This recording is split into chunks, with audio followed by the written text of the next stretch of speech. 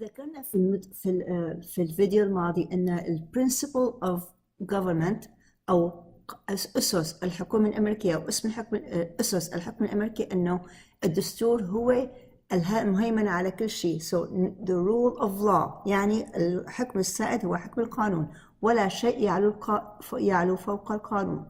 Nothing is above the law. Nobody is above the law. هلأ بننتقل ل system of government. System of government نلاحظوا هذا من الأسئلة المسهلة. السؤال عم بيقول name one branch or part of the government. الحكومة الأمريكية لها 3 فروع أو 3 branches. branch يعني فرع. فالسؤال عم يطلب منا إنه نحدد أو نسمي اسم واحد من هدول الفروع 3. الفروع 3 هن Congress والبريزيدنت والمحاكم هي الكورتس. فالكونغرس president هو الرئيس أو الرئاسة أو الكورتس. كل واحد من هدول 3 يعتبر فرع من فروع الحكومة الأمريكية، ولا واحد منهم يتعدى على الثاني. السؤال الثاني What stops one branch of government from becoming too powerful؟ يعني شو اللي بيوقف What stops أي فرع من هدول الفروع 3 من إنه يتعدى على الفرعين الثانيين؟ ليش ما الرئاسة؟ كيف نتأكد إنه الرئاسة ما رح تتعدى على الكونغرس أو على المحاكم؟ كيف نتأكد إنه الكونغرس ما رح يتعدى على الرئاسة أو على المحاكم؟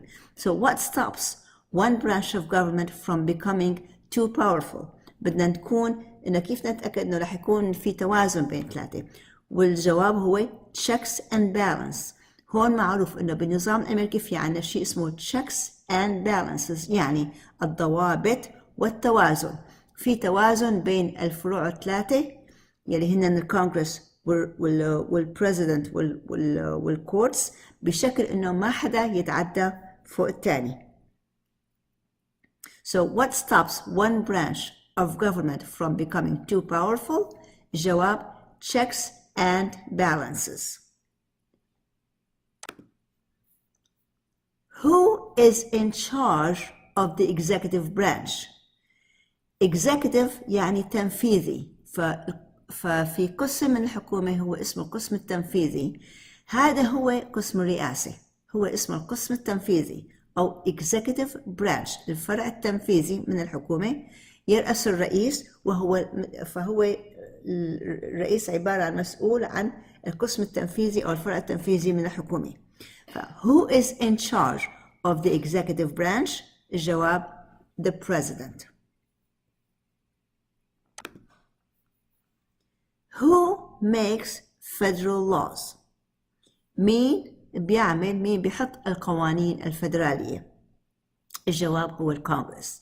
فمعناتها الفروع 3 هن الاكزيكتيف يلي هو التنفيذي يلي هو الرئيس، بعدين في شيء اسمه الليجسليتيف يعني اللي بيحط القوانين يلي هو الكونغرس، والثالث هو الجوديشيال اللي بنسميه جوديشيال هو المحاكم. ففرع تنفيذي، فرع بيحط القوانين، وفرع للمحاكم. who makes federal laws؟ الجواب Congress. What are the 2 parts of the US Congress؟ فإن الكونغرس هو اللي بيحط القوانين الفدرالية. طب هذا الكونغرس من إيش مؤلف؟ مؤلف من قسمين، قسم اسمه السنت وقسم اسمه House of Representatives. بالعربي واحد اسمه مجلس الشيوخ اللي هو السنت يعني مجلس الشيوخ، والثاني هو House of Representatives اللي هو مجلس النواب. Representative يعني النواب، Representatives نواب. السنت هو مجلس الشيوخ. فسناتور هو واحد بيكون عضو من مجلس الشيوخ، وممبر of the House of Representatives بيكون عضو بمجلس النواب. فوقت نقول كلمة كونغرس الكونغرس عبارة عن جزئين، واحد اسمه سنت وواحد اسمه House of Representatives. أيام بيختصروا بيقولوا House بدون ما يقولوا of Representatives، بس هدول هنين القسمين تبع الكونغرس Senate and House of Representatives. How many US senators are there? كم سنتر عنا؟ الجواب 100. نحن عنا 50 ولاية، كل ولاية بيطلع لها سناتورين، بغض النظر عن قياس الولاية، بغض النظر عن تعداد السكان بكل ولاية، كل ولاية لها سناتورين، فعنا 50 ولاية معناتها عنا 100 سنتر. how many US senators are there؟ الجواب 100. وهي صورة السنت. السؤال اللي بعده. We elect a US senator for how many years؟ طيب عنا كل ولاية إلى سناتورين. المدة الانتخابية قديش طولها لكل سنتر؟ الجواب 6 سنين. فكل سنتر ينتخب بيقعد بالسنة 6 سنين. نرجع نعيد السؤال مرة تانية. We elect a US senator for how many years؟ الجواب 6 years. Senator 6 years. Who is one of your state's US senators now؟ يعني السؤال هذا واحد من الأسئلة المبسطة، طالبين منا إنه نعطي اسم واحد من US senators يلي بولايتنا، فعلى حسب الولاية يلي أنت أو أنت ساكنين فيها.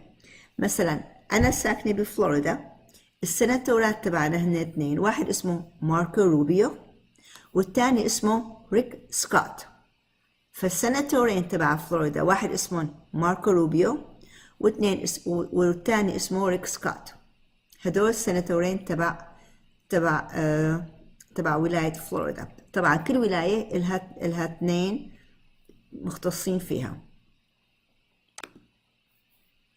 The House of Representatives has how many members؟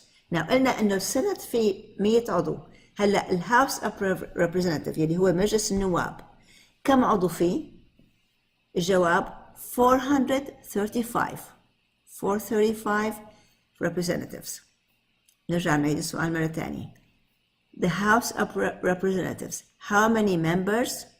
الجواب 435. We elect a US representative for how many years؟ الجواب 2. فمجلس النواب الأعضاء تبعهم كل واحد بينتخب لمدة 2 سنين، بينما السناتورات كل واحد 6 سنين. الrepresentatives كل واحد بس 2 سنين. So we elect a US representatives for how many years؟ الجواب 2 years. Name your US representative. أنا ساكنة في فلوريدا، وفي لها كذا representative، واحدة منهم اسمها كاثي كاستر، وهي صورتها. طبعا كل واحد له representative، كل واحد لازم نشوف الrepresentative تبعنا بالمنطقة تبعنا بالولاية تبعنا. أنا بالنسبة لي واحدة من الrepresentatives بفلوريدا اسمها كاثي كاستر.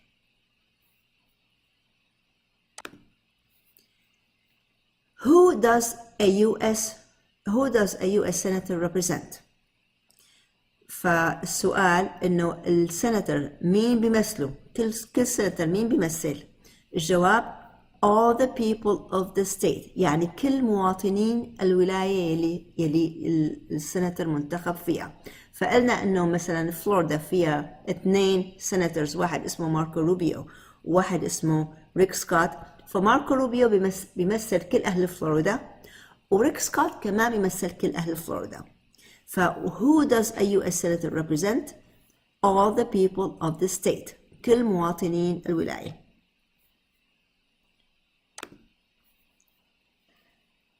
Why do some states have more representatives than others؟ يعني ليش بعض الولايات عندها representatives House of Representatives more senators؟ السناترز كل ولاية بغض النظر عن قياسها عندها سيناتورين، بس الهاوس اوف ريبريزنتيفز العدد يختلف بحسب تعداد سكان الولاية. فكل ما كان ولاية تعداد سكانها أكثر بيكون لها members of House of Representatives أكثر. فالجواب بيكون because they have more people، لأن بعض الولايات فيها عدد سكان أكبر من عدد سكان ولايات أخرى. فمثلا كاليفورنيا عندها أكبر عدد من House of Representatives. ليش؟ لأنه كاليفورنيا فيها أكبر عدد من السكان. نيويورك كمان فيها نفس الشيء، عدد سكان كبير، فإلها representative أكثر.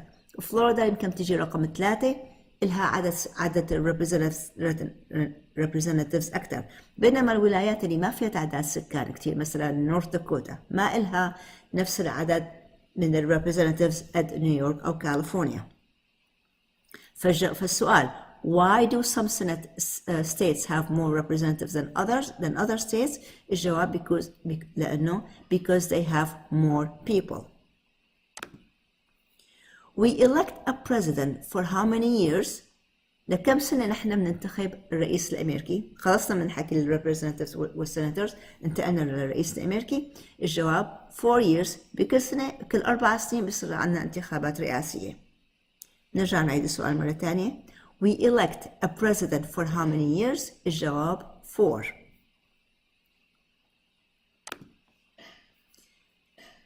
هذا السؤال من الأسئلة المبسطة. In what month do we vote for the president؟ بأي شهر بتصير انتخابات الرئاسية؟ الجواب November. In what month do we vote for president؟ بأي شهر نحن بنصوت للرئيس أو ننتخب الرئيس؟ الجواب November. فكل 4 نوفمبرات بيحكم نوفمبر تبع الانتخابات الرئاسية. هذا سؤال من الأسئلة المبسطة. What is the name of the President of the United States now؟ يعني ما اسم الرئيس تبع الولايات المتحدة حالياً؟ الجواب دونالد ترامب أو ترامب يلي هو. فهذا هو الرئيس الحالي للولايات المتحدة. نرجع نعيد السؤال مرة تانية. What is the name of the President of the United States now؟ الجواب دونالد ترامب.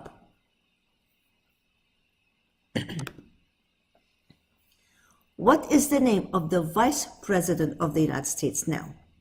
كل رئيس بيكون له نائب رئيس، مشان إذا مثلا مات الرئيس أو صار له شيء مثل زمانه رونالد ريغان اتقوص فما قدر يحكم، أو مثلا إذا مات على غفلة أو ما قدر لسبب ما يكمل الفترة الرئاسية تبعه هي مدة 4 سنين، بدال ما يعملوا انتخابات مبكرة نائب الرئيس بيستلم بكمل الفترة الرئاسية لحتى تصير الانتخابات الجاية. فكل رئيس له نائب. فالسؤال عم يسأل مين هو النائب تبع الرئيس الحالي يلي هو دونالد ترامب؟ النائب اسمه مايك بنس. نرجع نعيد السؤال مرة تانية. What is the name of the Vice President of the United States now؟ الجواب مايك بنس. هذا هو. If the president can no longer serve, who becomes the president؟ هذا اللي كنت عم بحكيه هلا. السؤال عم يسأل انه اذا لسبب ما الرئيس ما قدر يكمل يحكم او يستلم مسؤولياته، مين بيصير بيستلم مسؤولياته؟ الجواب the vice president، نائب الرئيس.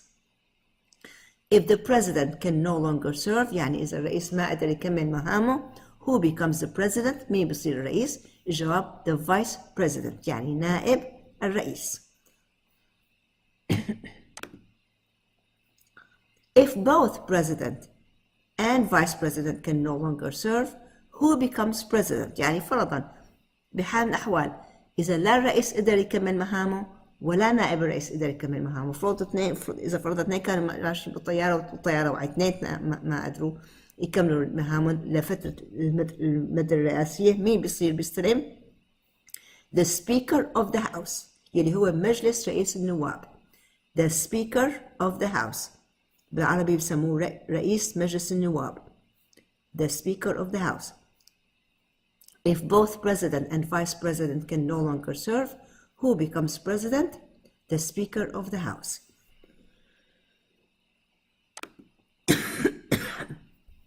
Who is in commander of Chief of the Military? The President. الرئيس هو رئيس القوات المسلحة.